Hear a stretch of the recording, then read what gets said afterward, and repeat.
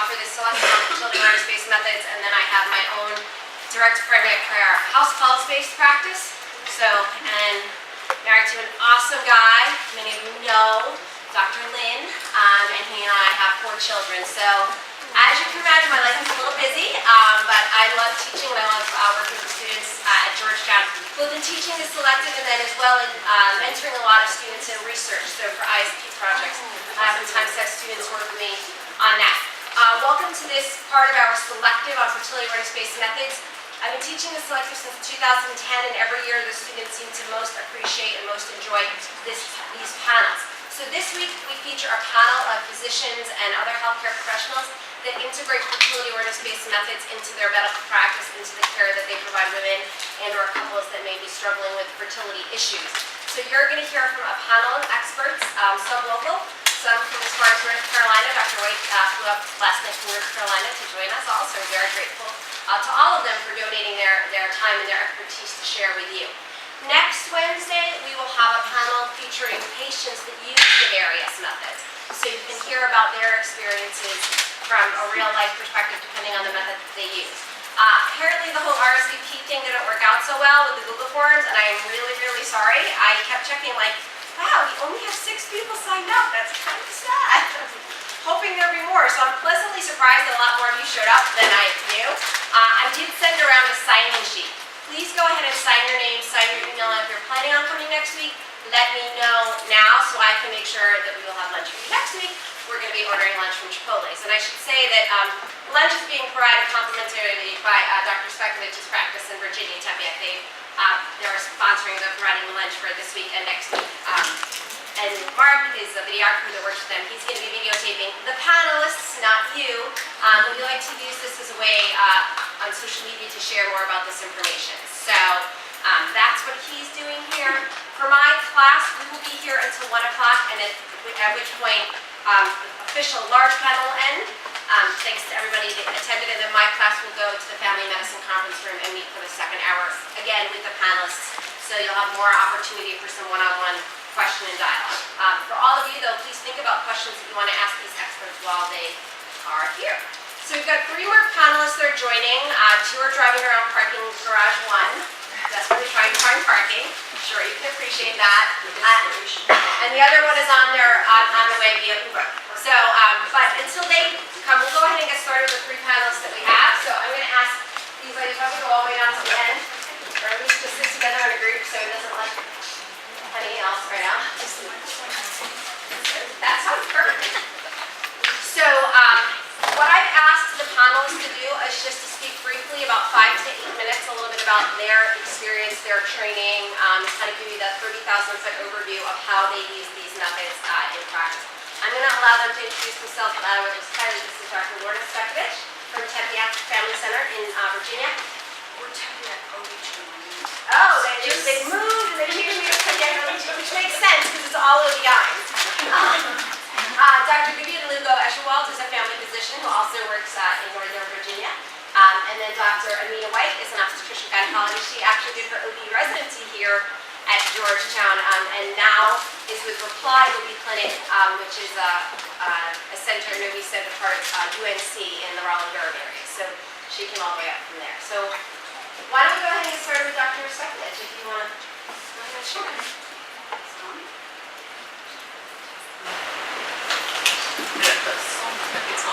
Working? Okay, great.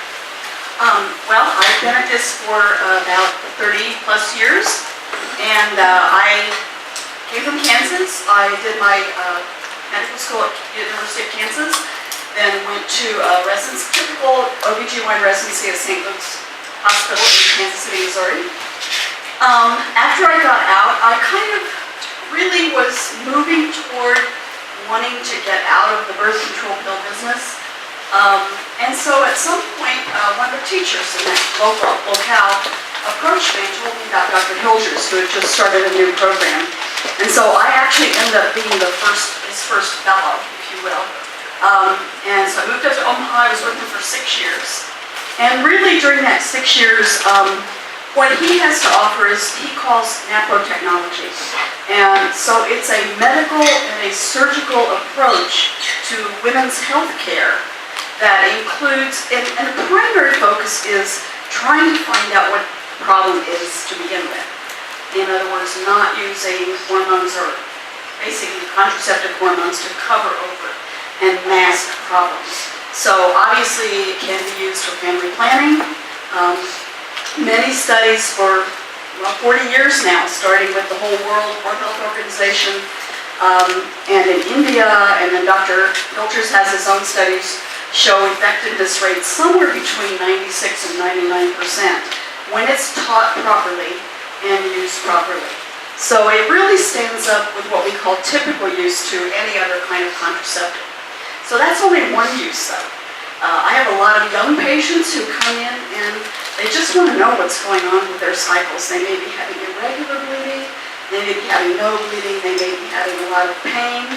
And so with the bleeding, obviously with the patterns that you see, you can determine whether they're ovulating or not, which is a very important diagnostic criteria to send you along the right path to the right diagnosis and treatment. If they're having pain, sometimes I think it leads us to diagnosing endometriosis earlier than we normally would for these young women. And that's important because if you look at a lot of the literature on endometriosis, it's an average of 7 to 8 years from when the young woman first comes for a complaint of bad pain and to the time when they actually get the diagnosis of endometriosis. So I think being focused or fertility focused probably makes me a little more, I would say, conservative in some ways in terms of medical treatment and actually more aggressive in some other ways because I don't want these young women to be. And of course, the birth control does work for a while, but they tend to break through it if they have endometriosis. So it's a way of not having them wait till they're 35 and find out they have endometriosis, and now it's pretty bad. It also can be used, just like in the young women, for any woman who has any gynecologic illness. And again, the critical thing is you know when ovulation is occurring. And that is so crucial. It can tell you so many things. It can help you when you're dealing with a proper due date. So you are along the right path to treating preterm labor or not, because there are different treatments depending on the gestational age. All sorts of things depend on when that ovulation occurs, and all sorts of diagnoses depend upon whether there is ovulation or not. So in my practice, when somebody calls on the phone, kind of with complaints of what's going on or what is causing all this bleeding, the first thing I ask is, what's the bleeding pattern? Where is your peak? Are you having peaks? And from that point, I can certainly figure out a lot of things at the woman's cycle. So basically, I incorporated in 1986 and started incorporating NFB into my whole practice. I eventually went on to solo practice and then group practice, continuing really the same sorts of treatment. But along the way, I became introduced and involved in other methods of potential family planning other than the Creighton model. So I taught at Billings conferences. I've actually taken a couple of the lessons myself. So I feel like I have kind of a broad view of what each one has to offer. And in my opinion, they each have their own little gem to offer. The newest kids on the block are, well, the Creighton model and really Marquette model. And I think for medical things, I think for family planning with regular cycles, anything works, basically. But if you have medical issues or social issues or anything like that where there's a problem, I think the Creighton model and the Marquette model offer a lot more just because they are more medically oriented. And in fact, the Marquette model, I always get everybody's attention, especially if there are some men in the crowd, when I bring out the little monitor and show the monitor that actually can calculate your cycles, and it reads a little test strip, a urinary test strip, which tells you what the estrogen level is and whether the LH is present or not. And so now we have a really high-tech method, and I have seen this help people. I had a patient when I was in Ann Arbor who had tried everything. She always got pregnant before her first first period after delivery. 8 times in 10 years. So she came to me fairly desperate, And we tried the monitor on her, the Marquette model, and lo and behold, it worked. And I don't know if it just gave her that extra confidence, or, I really don't know how much it added. I just know that she was able to now really space children, that she needed kind of desperately. I'm not really going to get into the basis of natural family planning. There is some really good literature about the effectiveness of it outside of people who are working with NFP. One really good reference is a reference by Wilcox, and he took 200 women who were wanting to get pregnant. They did hormone levels every day until they got pregnant, and what they found was that there were basically no pregnancies with sperm that were less than 3 days old, and they found there were no pregnancies outside of a 6-day time period. So literally there are only 6 days in your cycle that are fertile. And so the classes and all that are meant to help the woman identify, and the man, to learn about how to identify this. My 5 minutes up. I really think that this is something that I have seen. When I started out in 85, 86, I probably knew 2 doctors in the whole country who were trying to do this. There might have been 5. I knew 2, including myself. Now we have conferences sometimes, and we have 50 and 60 medical students and residents who come to those conferences and are headed toward residencies, OB/GYN residencies, and presumably would be using NFP in their practice. Dr. Duane is trying very hard to get this as a component of training in family practice, which is crucial. So I have seen a tremendously greater acceptance. I think, again, the whole concept is that you treat normal menstrual cycles as healthy, not something bad. You treat fertility as a healthy thing, as a good thing, and you see pregnancies as not a disease, as something that's very crucial to the human race, basically. So it's not Vatican roulette, as some people have said. It's not anti-feminine, and I really think in many, many ways it's the best kept secret in reproductive medicine. My name is Judy Lugo-Eschenwald, and I am a family physician. I finished my residency training at the University of Maryland Hospital in Baltimore, and from medical school and residency, I never heard anything about natural family planning, so I didn't know anything about it. My first opportunity to practice medicine was here in Alexandria, and I've been in Alexandria for 24 years now. 10 years into my medical practice, one of my patients challenged me to learn about natural family planning, and I didn't know what she was talking about. After I learned Creighton, I created a consent form for my medical practice so that anybody who would come to see me was now made aware in writing that I wasn't going to prescribe contraceptives anymore. I found that I had something more valuable to offer to my patients, and every other doctor in town was prescribing contraceptives, and Lorna and I were the only ones in the Northern Virginia area who were not. So I thought I'd better make patients aware so that they will feel tricky when they come and see me, that I prescribed them last year contraceptives and I'm not going to prescribe them this year. That commitment has remained so for the last 14 years. Now, regretfully, I didn't have any Creighton patients when I first became certified as a medical consultant for Creighton model, which was very unfortunate. I didn't have anybody who was teaching Creighton in my community regularly. So I was referring to a doctor friend who was doing teaching every once in a while, and little by little I got patients interested in natural family planning. Those who wanted contraceptives could see one of my colleagues in my practice. Those who wanted to learn about natural family planning started seeing me.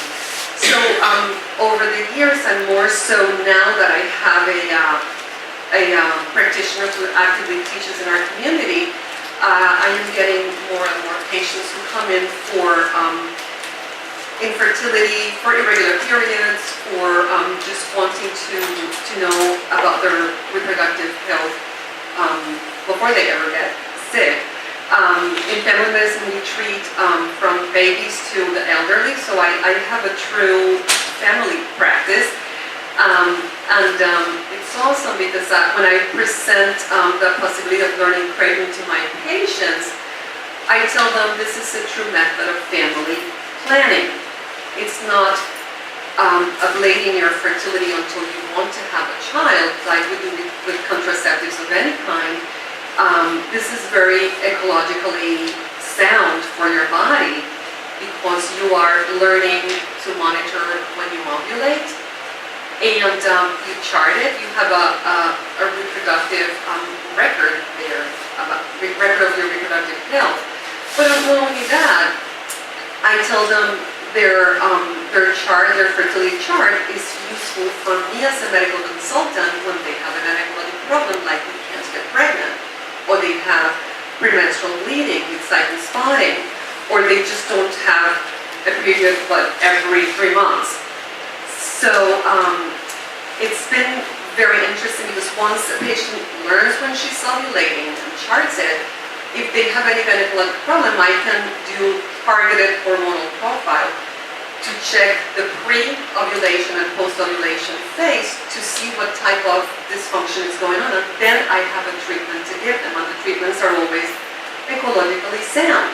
Someone who has a luteal dysfunction can be treated with HCG injections that they give to themselves so that they have then a normal cycle. One of the niches that I didn't know I had in the community, and I was telling Dr. Dwayne about it, is that many of the OBGYNs, and I don't know if you've seen this in your other colleagues, many OBGYNs in the community don't want to see a patient unless she's 12 weeks pregnant. Well, when you miss those first 3 months of pregnancy, you will miss some opportunities to help someone who's going to have a miscarriage because the ovulation was faulty, they didn't have enough progesterone. And I've had patients who have 3 or 4 miscarriages, but I tell them the next time you get pregnant, I want to check your pregnancy test and progesterone levels. And even if they're not charting with craving, just because of that history, I have even been able to help patients that didn't know anything about natural family planning, but were doomed to have that 5th miscarriage in the first trimester from progesterone insufficiency. So I usually give them progesterone injections throughout the pregnancy if they need it, even if they are following OB care with their obstetrician. And I sometimes send the graph for how progesterone is supposed to be during the pregnancy. I give a patient a copy so that she can show it to the OB, and the patient knows how much progesterone they're going to need, and the OB knows what type of protocol I'm following. So it's been very gratifying. It's a turn of events for me that I didn't know entering medicine was going to happen this way, but it's been a real blessing because I've been able to help many patients in a way I didn't anticipate I was going to be able to when I started practicing. So just to clarify the first thing, you didn't learn about any of this in medical school or residency training? Never heard of it. So, my name is Amina White. I am practicing OBGYN, and I did my medical school at Harvard, and at the end of that, knew I wanted to go into OBGYN residency, and when I did my OBGYN rotation in medical school, I didn't hear anything about any fertility awareness based methods. It was during a year off that I took between my 3rd and 4th year of medical school. So I did 5 years of med school with 1 year abroad and doing some research.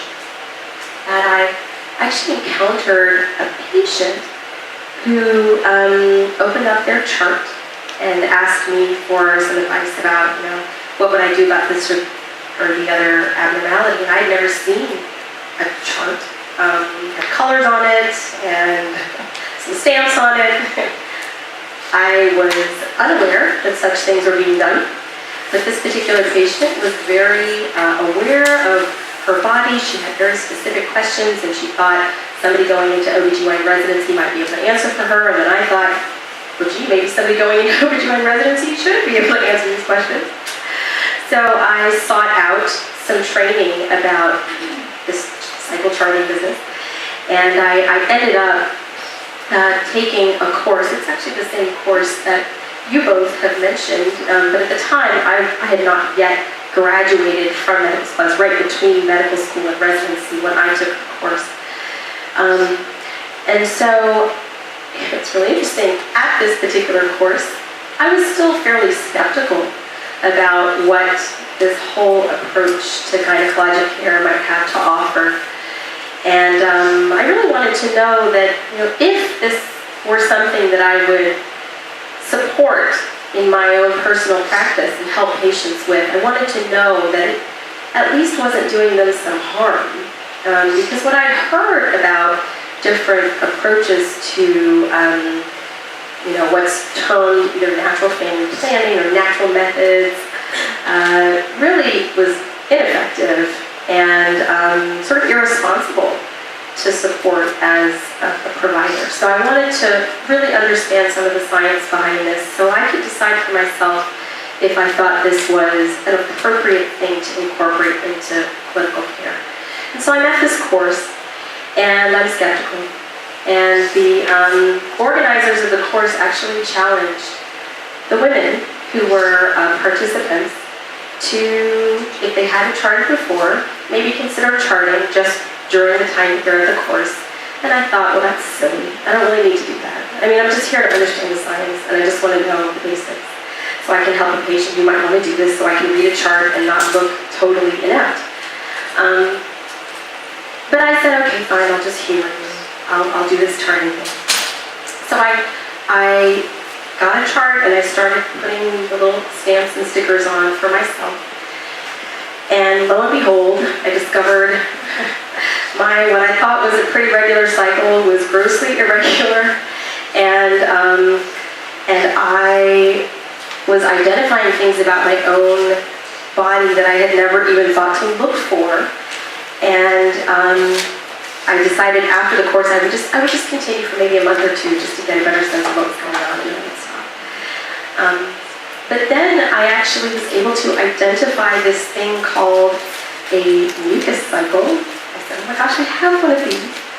This is kind of cool. And then I thought, wow, this is really incredible that I never even knew to look for this, and I didn't know what kind of information this could give me, let alone as a patient, but as a soon-to-be medical provider. And I made a decision at that point, actually being able to identify some pathology in my own cycle, which was regular according to the normal definition, but had some irregularities about it that I would have never identified. I was able to figure out that if this is useful for someone like me, being very well educated, coming out of a medical school program, then this is something I actually should offer to my patients. I should make sure that they at least have the information about their own bodies to identify some of these things and then bring them to the attention of a medical professional like myself. So at that point I made the decision that this was an important thing to incorporate into practice. And so just to make a long story short, I graduated from medical school. I entered Georgetown University, did residency there. I had some patients when I was a resident who were actually seeking that kind of care, and I was one of the only residents who was able to actually assist patients who wanted to use some of these methods, fertility awareness based methods. And then when I graduated from residency, I joined the faculty at Howard University and saw a lot of women who would otherwise never hear about fertility awareness. It's often assumed that women coming from maybe a lower socioeconomic status and having some psychosocial stressors they're just too overwhelmed and too busy and maybe not educated enough to be able to understand more about their bodies. And I found that line of thinking to be rather offensive, and so did those women actually. They were very interested in at least having the opportunity to hear about this. And I was able to offer many of them some of this training. I then went and did some other research, and I'm now at the University of North Carolina in Chapel Hill, which was very interested in taking advantage of sort of a new wave of interest around technology and fertility apps and charting apps that are out there, and also in some environmental factors that might be impacting fertility rates in different parts of the country. And you can't really get much information about some of those risk factors or environmental exposures and their impact if you aren't doing some form of prospective data collection. And so the ideal population to study some of those things is women who are in fact collecting that data in their cycle charts. And so we are partnering with the University of North Carolina. I actually work out of a private practice that's affiliated with the university. So they lease physicians from the university to provide care. And we have a very fertility awareness focused clinic. So the women and couples who seek care there, whether it's for a gynecologic problem, or it's just for prenatal care, or it's because they're looking for a more natural way to manage their fertility, we're able to offer those kinds of services to women in a way that's not been offered before in a pretty organized fashion that's affiliated with a university that does a lot of research. So the goal is to try to gather some of this data prospectively and to be able to answer some questions in gynecology that have remained unanswered, and we all would benefit from knowing. So I think there are a lot of reasons to think about incorporating some of this into your practice. I want to welcome Sarah Schaefer, who's a midwife, works locally, and Cotton Riley, who's an RN, that are going to join us and just share a little bit about your experience in terms of utilizing fertility awareness based methods. Oh, and Marianne came. Good, because I was just going to have to run out and call you. No, I've been here. And Dr. Marianne Sura, who's an OB up in the Baltimore area. So just share a little bit about your experience using these methods in practice and maybe speak to the training that you received in different methods and use this to help your patients. Okay. So thanks. Sarah Schaefer. I'm a certified nurse midwife in the Annapolis area. And I first, I feel like in midwifery school and nursing school, we just weren't taught about these methods. Or if we were, maybe I don't remember, but I don't remember being tested over them or the way you are about hormonal and artificial contraception. So I feel like I had very limited knowledge of these methods.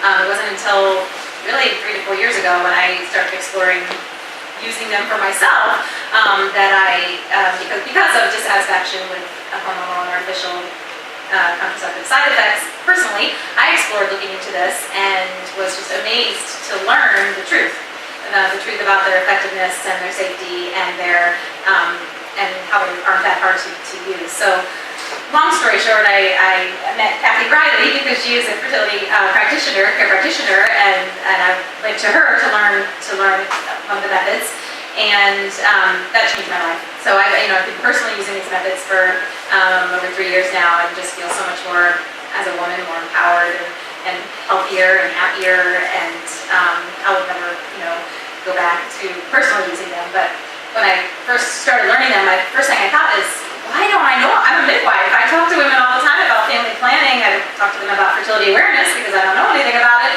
But I talk to them about contraception and. Providers need to know more about this, and I know my colleagues don't talk about NFP because I thought, like most people think, if they don't know the truth, that these methods are only 75% effective, and that's probably what I remembered from learning in nursing school or midwife school. So I remember saying that to you, and you said, well, there's this organization actually called FABMS, and they're looking for healthcare providers to spread this message to other healthcare professionals so that more women are informed of this as a family planning choice. I said, oh, that sounds like something I would like to be involved in. Can you get me in touch with whoever does that? That led me to Marguerite Quain and also to Dr. Sora. But now I just feel extremely passionate about spreading this message to not just the patients, because I am now spreading this word to my patients in practice, but to healthcare professionals. So I've had the opportunity, in the present moment I'm retiring from the military, and in my military career I've had the opportunity to teach a lot of medical students and residents, both family medicine residents and OB residents, about these methods. So I've gotten to lecture at University Services Health Sciences in Bethesda, Maryland. And so it's been great and exciting to give the FACTS presentation, to network with people like Kathy and Mary, to meet people who are all passionate about making sure that when we counsel women on their family planning options, that this is included. And once I started doing that 3 years ago, I've been a midwife for 12 years, I've been a nurse for 20, but once I started talking about these methods, I'm amazed how many women are truly interested and want to know more. And while I'm not a teacher of a method yet, I hope to be actually, but while I'm not yet, I know now how to get patients in contact with people like Kathy and other practitioners in the area, or refer them to online resources that they can actually learn these methods in a not very costly way, not time-consuming way, a very realistic, practical way. These methods can be learned, and women can feel confident using them, and it doesn't take a lot of time, and it's amazing how easy it is once you know what you didn't know. So that's my story. Can you talk a little bit just about the market Sure. training that you're doing? Sure. So I want to know more, and so I found out about the Marquette method. I've used a couple different methods personally, but the Marquette method I found out as an online continuing education course for healthcare providers, or not even healthcare providers, for people who want to take this course. Seems like it's a lot of providers and health fertility practitioners that take the course. And it's online, and I needed continuing education units anyway. I'm like, well, this is all the stuff I want to know more about. I know now about NFP, but I wouldn't know how to, use women's charts to really teach them to manage reproductive health problems so much. I would just know how to tell them how to go find out about using these for avoiding and achieving pregnancy. So this course is, it's a 36-hour continuing course, and I've only completed half of it so far, but I have found it so inspiring, and I've learned a ton just in the core curriculum, and I'm about to begin the medical applications portion of it, which will teach me better how to help women who are using NFP to manage things like sudden fertility and PCOS and abnormal uterine bleeding, and because there's applications for all of that, and that's what I'm eager to, as I consider myself a very novice and new in this area of my practice. I hope to take this course and be better able to serve women than I have been. But just informing them of this has made me realize that's something that I was missing giving to my patients for years. Thank you. My name is Kathy Riley. I'm a registered nurse. I've been a registered nurse for many, many years, since 1972 actually. So I've had the opportunity to see this evolving body of science move forward. We go all the way back to 1930s when rhythm was first the method, and over the years, back in the 70s and 80s, I knew about the symptothermal method, I knew that there was a Billings method, but what I am so, so grateful for what Dr. Duane has done, she's taken all the different methods that have the science behind them and pulled them under the umbrella of fertility awareness-based methods. So now we have a menu of choices. So as a nurse, I was trained in 2012 to be a certified fertility care practitioner for the Creighton model. So that's the one I teach, the Creighton model. And it's been so amazing. I have over 100 clients now. They are so grateful to have this knowledge. I brought with me, I won't read them to you, but I have some comments that some of my clients have made over the years, and how grateful they are to have this information. And the Creighton model, one of the benefits as a nurse too, thoroughly understanding what's happening. I want to know, why is this happening? Why is this unusual bleeding? Why does this person have PCOS? What's happening? Now I have the opportunity with the Creighton model. I teach the system to the clients, and then I refer to my wonderful Dr. Sora over here and her partner, Dr. Poe, who have a practice in Baltimore, and there's also in Northern Virginia, there's another practice. So not only can we identify the issue, we can also diagnose and treat things like endometriosis, things like PCOS, unusual bleeding. The list goes on and on and on. And I'm sure Dr. Sora will touch on that a little bit. But as a nurse and as a practice, I feel I'm a better nurse because I know not just the Creighton model, but all the other models as well that I can assist my clients with. So thank you guys for your patience for having me. That's all we're here today. My name's Marianne Sora. I'm an OBGYN in Baltimore. So I went to University of Maryland for undergrad and University of Maryland School of Medicine for medical school, and then did my residency at Sinai Hospital in Baltimore. And I finished there in 2001. I didn't learn anything about fertility awareness methods throughout my medical school or residency. What I mostly knew about it was my sister was doing the symptothermal method to avoid pregnancy. So I knew about it from her. And frankly, it seemed a little bit impractical. especially as a medical student and as an OBGYN resident who didn't go to bed and didn't get 6 hours of sleep every night and didn't wake up and take your temperature. Like, well, this is fine, but this is not a viable option for many people. And we had learned a little bit about the symptothermal method also in our reproductive endocrinology rotation, so mostly when women are trying to get pregnant. So you learn a little bit about mucus and the basal body temperature as well, but again, not as a means, like a means of family planning, as a means of achieving or avoiding pregnancy. So from my, just from my personal experience of knowing my sister, she was able to avoid pregnancy successfully, but again, the way that she did, I thought, well, I don't think that a lot of people want to do this, and certainly if you have a lifestyle like mine, it's not even something that's possible. And then in 2009, I stopped prescribing artificial contraception for religious reasons. So prior to that, like the American College of OBGYN stated, I believe that artificial contraception was good and should be offered to all patients and is basic health care. 2009, I stopped, again, like for religious reasons, and it wasn't until after I stopped that I started to see why fertility awareness methods were so good for patients and so good for me as a doctor to be able to help patients with it. Like, so for example, this is not something I expected, but my conversations with patients completely changed.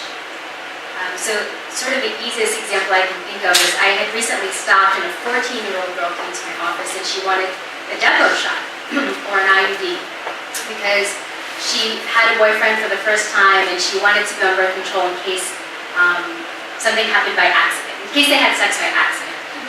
So, if they had been, usually I would have put an IUD in or given her a Depo shot and sent her and said good luck, wear a condom. And instead I said, well listen, when you are having sex with somebody, you are giving your whole self to that person. And there's nothing more than you can give. There's nothing more that you can give. And every day I see women having sex under circumstances that bring a lot of suffering to them. And I don't want this for you. And so I don't think it's a good idea for you to start having sex right now. I don't want you to start down this path. As a doctor, I think that this would be harmful to you. And so I'm not going to give you birth control so that you can have sex.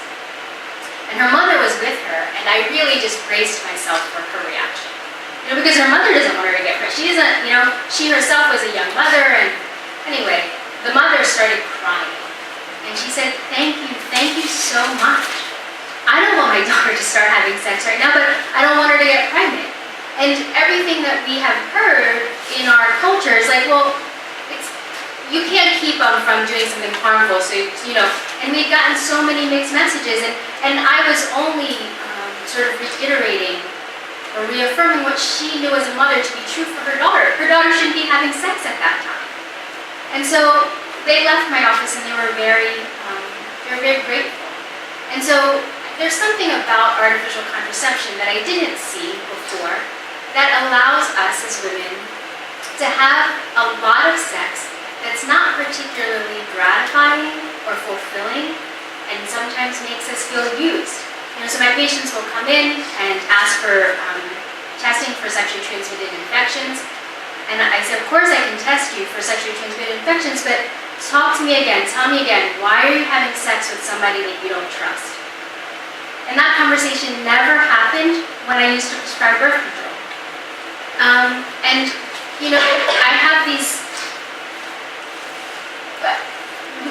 we live in 2017 where we should be empowered and have freedom and have, and sometimes I see my patients and they're having sex under these terrible, miserable circumstances.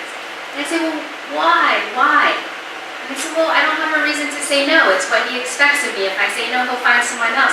And this whole idea that it empowered us, I have found is really the complete opposite. And again, I didn't expect any of that to happen. And so I really feel like the relationships I have with my patients and the conversations I have with them are far different than they ever used to be. And some of them ultimately still use artificial contraception and they get their contraception from someone else. but they still come to me and take that extra step because they're like, Dr. Sora, I feel like you take care of me. You take care of my whole person. You care about what's going on with me, with my emotions, with my spiritual health, and my mental health, as well as my reproductive health. But then the big thing was, well, what do I do now? Because I used to give birth control for lots of medical problems. You have pain, you have bleeding, the pill sort of masked all of the underlying problems that was going on and made people have regular cycles. And so, like Dr. White and Dr. Cvetkovich and the second doctor, I ended up at the Pope Paul VI Institute in Omaha, Nebraska, and became a Creighton practitioner, so a medical consultant for Creighton. And that was like, how could I never have known this? I'd been in practice by that time for 12 years, and I was in academic practice. I taught medical students. I taught the medical students at Hopkins, the residents at Sinai, and I also was in practice. So I was paid to teach medical students and residents, and had no idea about this whole other specialty that was going on within my specialty. And so that was astounding and somewhat disquieting, very somewhat distressing. Like how could I not have known about this? And so, that's been very helpful, and again, helping women to understand what's going on and empowering, and it really empowered them to learn more about their bodies and learn more about their cycles and really learn to appreciate their fertility. And I think it's really hard to have like terrible sex when you are using FAM, because it requires the cooperation of both partners. It requires both people to be responsible for parenthood. It's not just the woman taking the pill, or even just a man putting on a condom. And so it really reduces, I think, this frankly harmful sex that I find that a lot of my patients are having. And then, it's always such a privilege to be here with Marguerite, but it's also a little bit embarrassing because the family medicine people are actually doing what we as OBGYN should be doing. We should be teaching medical students, and we should be teaching this in residency, and we still are not. We're still like this minority. We're still this minority. And, a couple of students have rotated through my office, and I sat down with them after going through this elective, and I'm like, you guys, you know more about FAM than like almost all OBGYN residents, medical student residents, and OBGYNs in practice. And they're like, we do. I said, yes, we absolutely do. And so there's something wonderful that this is happening, and also still like something terribly wrong that this is happening.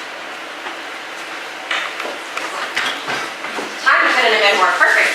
I just want to briefly say, because I know we have students here that are not a part of the selective, if you are interested in learning more, I am now offering this as a fourth-year elective, and that's what Mary Ann was just referring to. As part of the fourth-year elective, I actually send the students to work in the office with Dr. Sora and with Dr. Cvetkovich, and hopefully in the future Dr.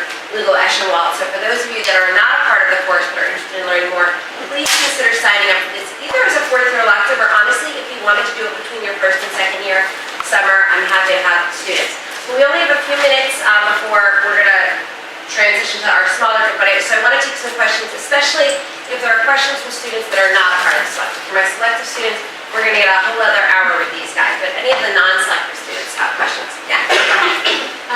I was wondering, it seems like some of you, maybe all of you, kind of practice an all or nothing with artificial conception versus natural family planning. Is there like a reason for that? Is it something easier so you don't have to make choices about who to prescribe what to, or what's the reason behind that approach?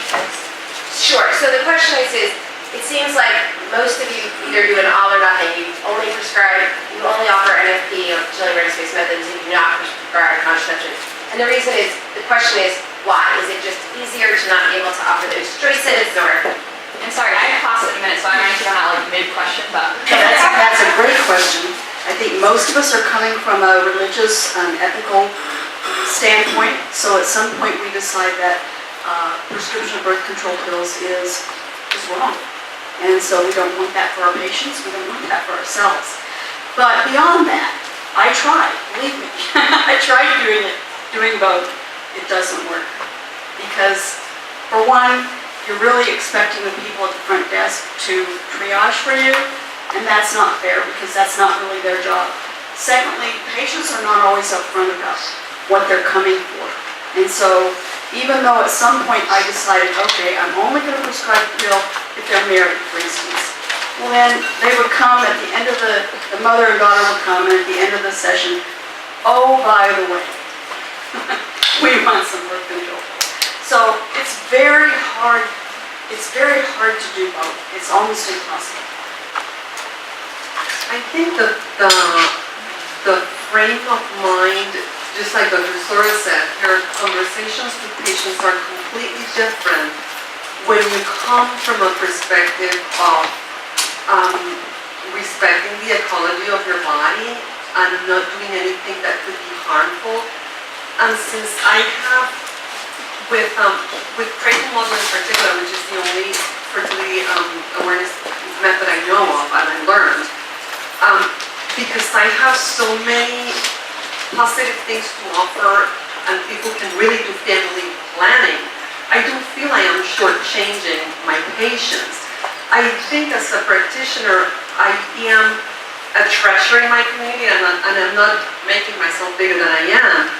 I am one of thousands of or hundreds of doctors in the community, one that doesn't offer it but offers something different. I wish there was 100 of us doing this in Alexandria instead of just me and Dr. Cvetkovich in Fairfax.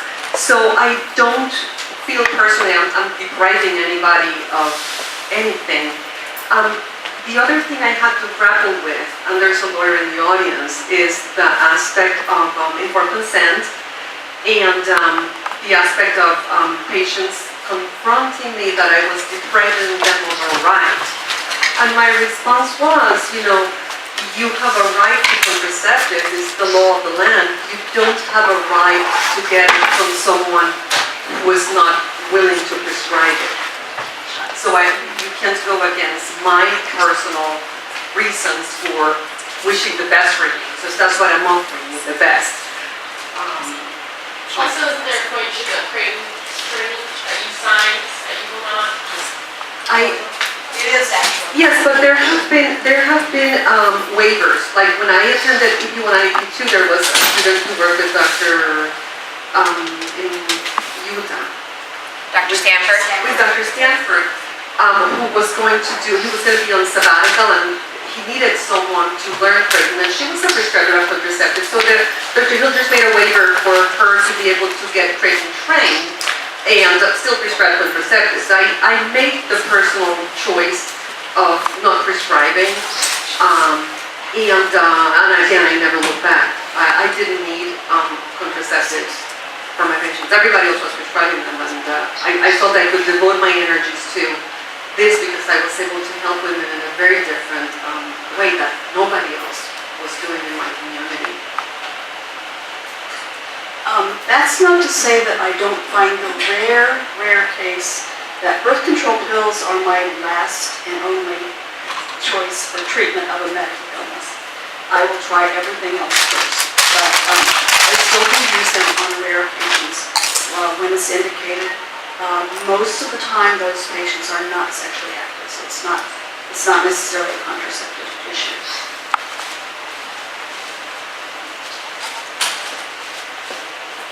I'm probably the outlier on this answer to this question in that, for almost 10 of my years of practicing as a midwife, I was prescribing and placing devices and of all the methods.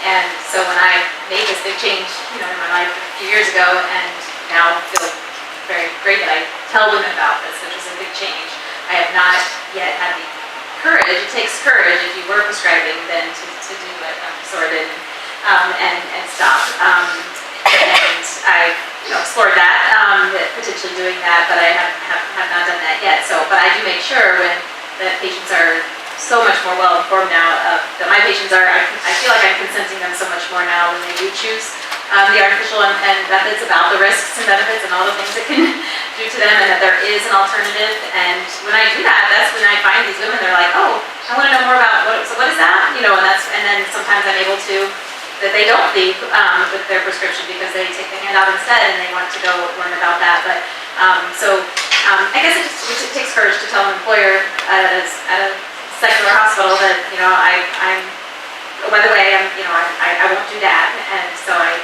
have not made that change yet, but I definitely have to go to apply. So I'm not a non-adopting provider at this time. And as a nurse, I don't have to prescribe, so I'll pass it on. We already know where it is. Any other questions from non-selective students? Go ahead. Do you have one? Sorry, so question for the last doctor here. Why can't we incorporate that sort of talking to our patients, saying like, look, I'm concerned about you having sex, blah, blah, blah, blah, and still provide artificial contraception? I don't understand why we can't train our OBGYNs who don't have a moral problem, who don't have an ethical problem with prescribing that, and incorporating that and training them how to talk to their patients about that in an effective way, but maybe still provide them that kind of birth control. I think it's a good question. I think part of it is time, right? You have like 10 or 15 minutes with a patient, and if your focus is on contraception and what contraception they're going to use, that's kind of what you have to focus your conversation on, right? But if you already know I already know that that's not really something that we're going to be discussing, then the discussion goes more back to their health and their relationships. And some people still, like I said, want contraception, so then I'll still go through all of the different options with them and their risks and benefits. But that is so much, like in this time that I have with them, that's a much shorter time of our visit. So the vast majority of the time is talking about them, and that though, like I said, artificial contraception, it just makes it so much easier to, so somebody similar to your age said, you know, Dr. Sora, I'm just ready to lose my virginity. Like, I don't want it to be such a big deal, right? And so she did. And she goes, the first guy I didn't really know that much, and the second guy was my friend, or the first guy was my really good friend, but we weren't in a relationship, and the second guy just wasn't good and I regret. But I just want to be able to have sex and not have it be such a big deal. So at that point, the conversation could go with, and so I like birth control, right? So that conversation then goes in this direction of, let's talk about birth control, versus, let's talk about, I don't know, is it such a bad thing that you think sex is such a big deal? And so it's like this two roads diverge in a wood, you know? I mean, and it's really hard for me to incorporate all of that in one visit, and really sort of depending on where you're going, it's really like, I guess I can just give you that as an example, but that's kind of like what happens in the visit, you know? Well, then maybe we need more time. Maybe that's the issue.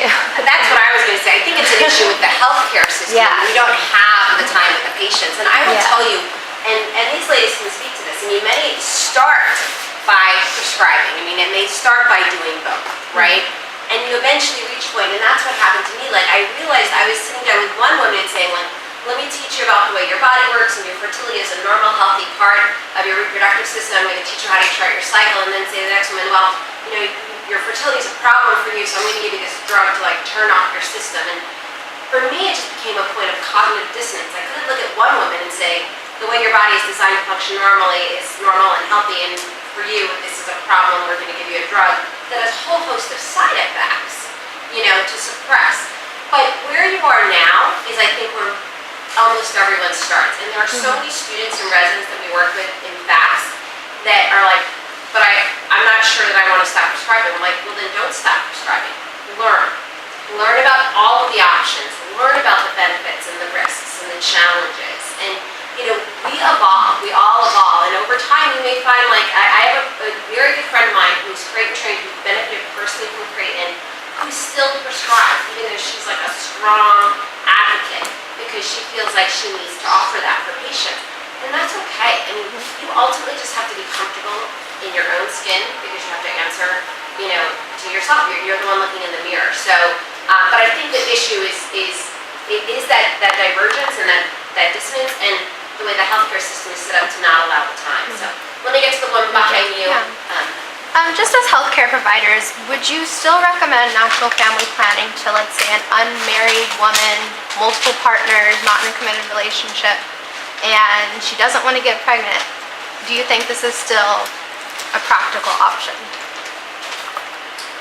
The more she knows, the better, I feel. The more she understands how her body works.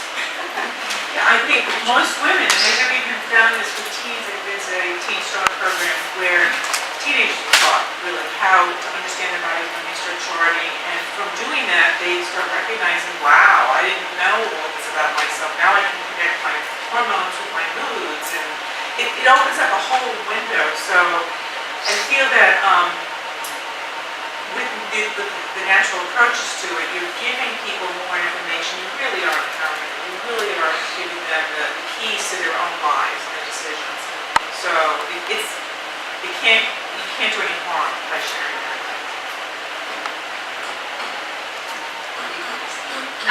But I think what you're getting at too, you're not, those women who are in maybe high-risk sexual behaviors and multiple partners, they are probably, the patient population is going to be less interested in, in this.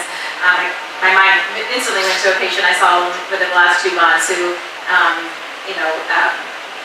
her sexual history shocked me a little, and I was shocked, but she was very high-risk sexual behaviors and alarming number of partners and lots of sexually transmitted infections in the last year, and she was not on birth control, wanted to be, and wanted an IUD. And I went through the due diligence and counseled her on all the methods, and then I still said, or if you want to avoid all the side effects, and there's something called fertility awareness, or I might have known it as natural family planning. She laughed her head off, and it was like, and so, maybe I put the seed there, but and I did prescribe.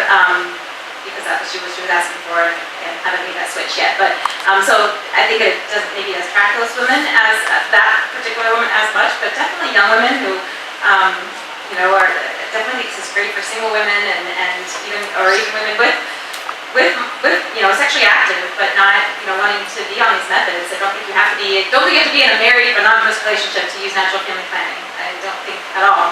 And so I tell everyone. And I would just add to what you just said that this is about sort of patient education. So it's something you won't unlearn. So regardless of where you are in your life, at a particular time that you're introduced to just the knowledge of how do I interpret this sign that I see, that information I think is useful for everyone. And you might at some point decide to use some other kind of hormonal method or an IUD or whatever else you might choose. But at some point, that information might actually be something you want to utilize. And so just having the opportunity to learn it whenever it's available and you have the time to learn it, I think is useful for women. I want to contribute also that in medicine we have a tendency to be paternalistic sometimes, and we have to check ourselves that we're not making a decision for a patient.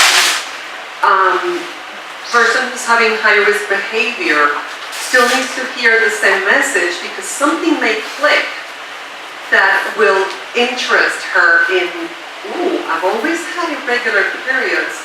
I wonder if I learn this, how it's going to help me. You never know how someone is going to receive what you tell them, and you can't say, oh, I'll talk to her about contraceptives because I know she's going to continue being promiscuous.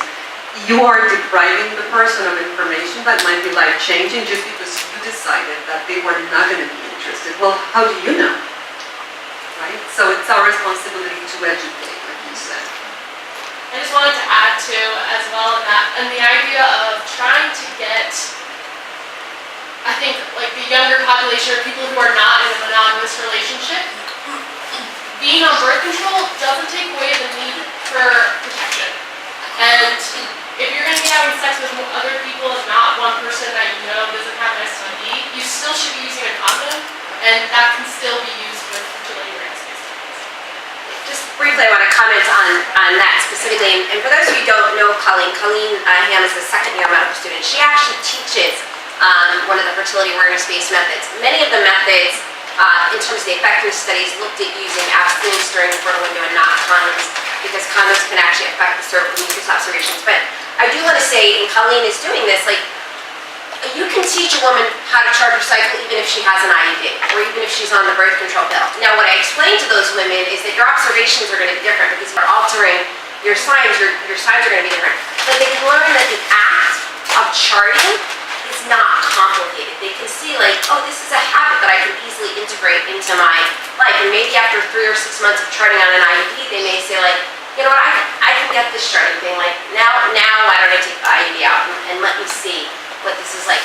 And just the knowledge that comes with knowing about their body, and like I think Sarah or Kathy pointed out, it's very, very empowering. And as Kathy pointed out, with the teenage population, when they were teaching adolescents how to chart their cycle, even adolescents that were sexually active, what they discovered is that they had more teenagers stop sexual activity, or if they'd never been sexually active, defer onset of sexual activity, because they understood that sex is a big deal.